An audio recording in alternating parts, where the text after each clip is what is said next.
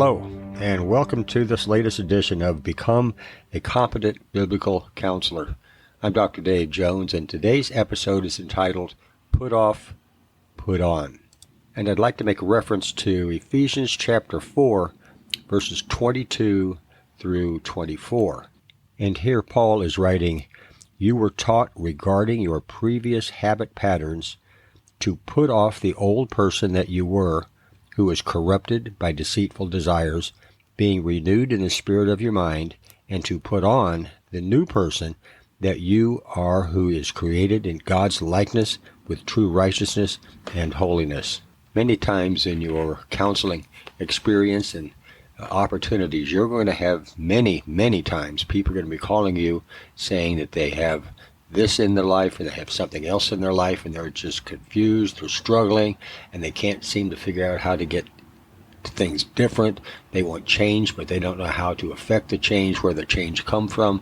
It goes on and on and on. And what you have to convey to the counselor is that the Bible demands change.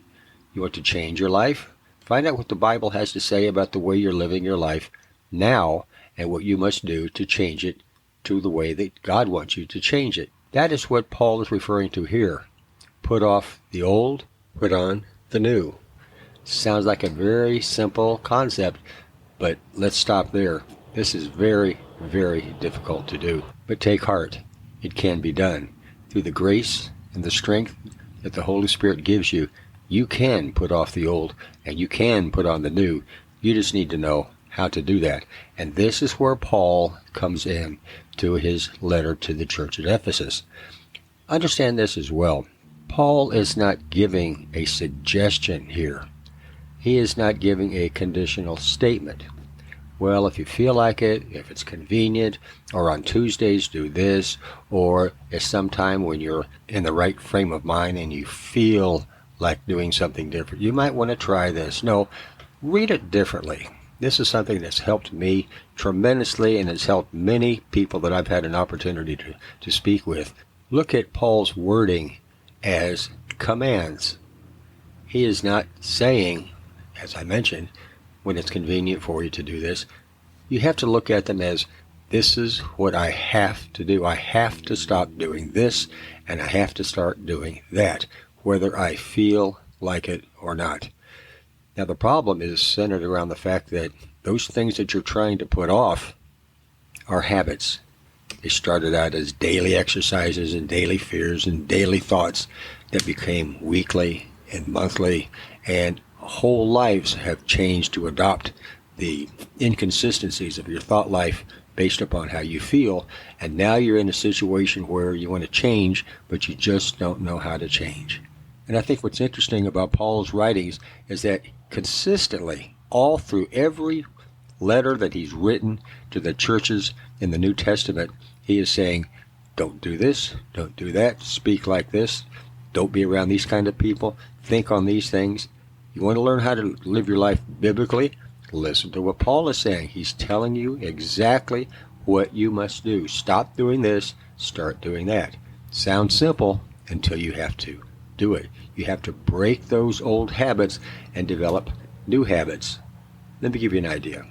This concept of putting off and putting on is something that I refer to as the replacement dynamic. What it is not is, let's say that you have somebody who's calling you and they're having a problem with, smoking. They want to stop smoking, but they just have a difficult time trying to stop smoking. One of the things that you can't do, and it's going to be very unsuccessful, is for you to say, if you want to stop smoking, stop smoking. Well, some people can do that, but that's not the replacement dynamic. The replacement dynamic is stop smoking and start doing something else, something that's totally replacing, total opposite, something that you enjoy more than smoking. That means there has to be considerable thought about what is it that you would much rather think about in the replacement of stopping to smoke or continuing to smoke. What is it that you would really like to do instead? Because every time that the thought and the temptation comes up, the triggering mechanism comes up to where I need to have a cigarette, there's got to be something right then that triggers you to do opposite, to replace it with something else that has nothing to do with smoking, that has to do with maybe a reward mechanism. For example, well, I have this feeling that I want to smoke. I just have to smoke. You know what? If I smoke, I'm going to be right back into this cycle again. But if I don't smoke, I think, I'm going to fight this thing all day long because I want an ice cream cone tonight, or I want a milkshake tonight, or I want a piece of pie tonight. Whatever. There's got to be something that has more of an impact that you'd much rather have in your life than that smoking. So you see, the replacement dynamic to put on has to be something totally different than what you're trying to put off. I had a man call me once, and he says, I'm a Christian, but I don't like the person that I am. I want to be a better man. I want to be a better husband.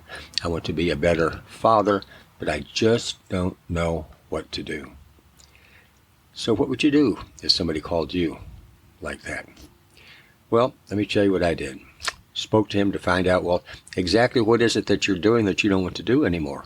He says, well, I'm spending a lot of time on my work. I said, what kind of work do you do? He says, I'm a physician. I'm a medical physician. And he says, I spend a lot of time at work, and I spend a lot of time with my patients and my job, and I'm really not paying that much attention to my wife and my family. I said, give me an example of things that you're doing that you'd like to change. So he gives me the list, maybe 4 or 5 things that are top to his mind. And I'd say, okay, here's an example. How long have you been married to your wife? How long have you been together? Well, we've been married 22 years. I said, okay. Tell me about what your life was like, the two of you, 23 years ago. So he stopped and he thought, well, we had a wonderful life. I said, tell me about what your life was. So he says, well, we did this together, we did that together, we spent a lot of time together. He gave me a litany of all kinds of things that they did 23 years ago that made their life so encompassing and in love with each other. I said, back then, 23 years ago, how did you show your wife that you loved her? What did you do? Now, I say that word do very succinctly because in a previous episode I spoke about thoughts equals actions equals feelings, and I was more concerned about our actions than our feelings. But anyway, that's what I asked him. What did you do back then? He says, well, what do you mean? I said, well, when you spoke to your wife 23 years ago, before she was your wife, and when you spoke to her, did you look at her when you spoke to her? I said, well, yeah. I said, why? He says, because I just liked looking at her. Okay. And you communicated that to her non-verbally because of your actions. When you spoke to her, you looked at her. She had the feeling of knowing that she was the most important person in your life back then because you were looking at her, taking her into your consideration and into your heart about what you were saying. So 23 years ago, did you touch your wife when you were talking to her? Did you touch your wife when you were passing in the hallway? Did you touch her on the arm very innocently and say, I want you to know just how much I love you? Little victories like that. How many little victories were you giving your wife 23 years ago that you're not doing today? And the light bulb went off in this doctor's head. He says, I get where you're going. And I said, yeah. I said, so what are you going to do about it? He says, there's a lot of things that I did back then that I am not doing now. I need to start doing those things all over again. So there's a very simplistic example of what the put off, put on is. He had to identify what those things were that he needs to put off. He needs to put off the fact that he's spending so much time at work. He's spending so much time involved with his patients and not his family. He needs to put that attitude off and those priorities off and replace them with the attitude and the priorities he had 23 years ago. Now, sometimes for some people, that's relatively easy to do, but some it isn't. But the replacement dynamic is very important to so many people that have habitual issues that they're having to overcome. And Paul has told us right here, put off the old and put on the new. And furthermore, what Paul is referring to here is the former manner of life equals the former habitual living patterns. You got to put these old thoughts off and put new actions and thoughts in place. So you see, the change comes not from breaking habits, but from replacing them with God's ways. And a very important point that I needed to introduce him to the fact was that I'm not telling him what he should do. This is what Scripture says. Scripture says you want to change your life, you want a happier life, put off the old, put on the new. Identify what the old ways are that you want to change and replace them with the attitudes that God says that he wants you to build into your life. You had success once before. Why not duplicate and replace the old habits right now with the past successes that you had that were so successful? Some other habits that you're going to hear people talk about. You might have somebody has a problem with anger. Well, direct them to Matthew 5:22. There's the putting off and putting on, as far as self-control, Ecclesiastes 7:9. Or how about bitterness? Put off, according to Acts 8:28, and put on, taking heed of myself in Hebrews 12:15. Bodily harm, Acts 23:12, and put on love your enemies in Matthew 5:44. Understand this. These are the scriptures, some examples of what I use, but it's important that you have your own. Some scriptures, as I mentioned in other episodes, are really more important and sensitive and understanding to you rather than using mine or anybody else's. Let the Holy Spirit guide you in the utilization of Scripture that he wants you to use as far as helping someone to build Scripture into their life, to take off and put off old habits, and what Scripture to put on to help them justify putting on the new habits. I mentioned to you just a couple minutes ago the commands of Paul. If you were to look, as I mentioned before, Paul's writings and pick out the commands. For example, I'm going to go through just this one chapter, chapter 4 that we're in already, and I want to point out the commands that Paul has given us just in this one chapter. In verse 1, it talks about walk in a way that is appropriate. Well, that's not a suggestion. That's not a conditional statement. Paul is saying that we need to walk in a way that is appropriate. In verse 15, speaking the truth in love. Verse 17, you must no longer walk like the Gentiles do in their meaningless ways of thinking. And then verse 22, put off the old person. 24, put on the new person.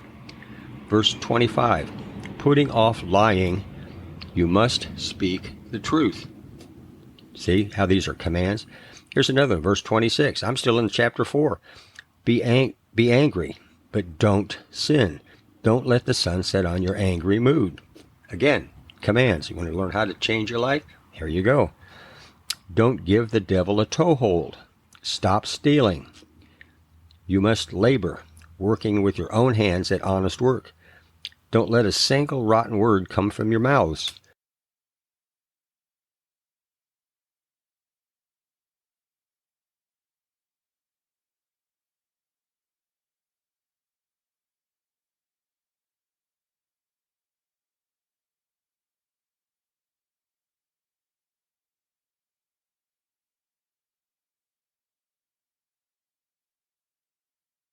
God's Holy Spirit, with whom you were sealed for the redemption day.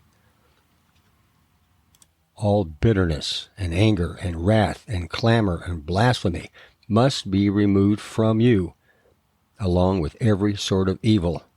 And verse 32, be kind to one another. And this continues to be a sample of the writings of Paul and all of his letters to all the churches. Don't take them as just suggestions. Take them as commands.